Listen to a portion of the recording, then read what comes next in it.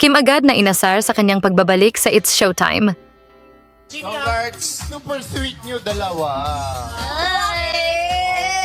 Hindi nga nakaligtas sa matalas na mga kasama ang Chinita Princess dahil na rin sa bagong airplane video na kanyang inilabas.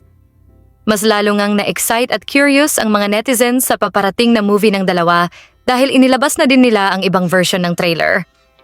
Agad namang tinukso si Kim Chiu ng kanyang mga kasamahan at sinabing super sweet nilang dalawa sa eroplano ni Paolo Avellino. Ayon sa isang saksi na nakasabay ng dalawa ay iba daw talaga ang galawan nila sa loob ng eroplano. Paano ba naman kasi ay si Paolo Avellino pa mismo ang pumupili ng kakainin nilang dalawa ni Kimi? Napansin din ng isang crew na super caring si Paolo Avellino sa dalaga nang makaranas sila ng turbulence sa eroplano. Talagang iba ang ingat at pagmamahal na ipinapamalas ng aktor kay Kimi na siya namang thankful na magkaroon ng isang kasama na mayroong malasakit sa kanya.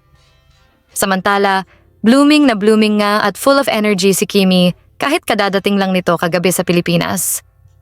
Tanong tuloy ng netizens, sigurado bang nagpapahinga pa ang dalaga dahil sunod-sunod ang work commitments nila ni Paolo Avellino ngunit hindi mo maaninag ang pagod sa mga kilos at sa mata niya? Very professional at walang reklamo si Kim Chiu pagdating sa work at focus siya kapag may mga pinapagawa.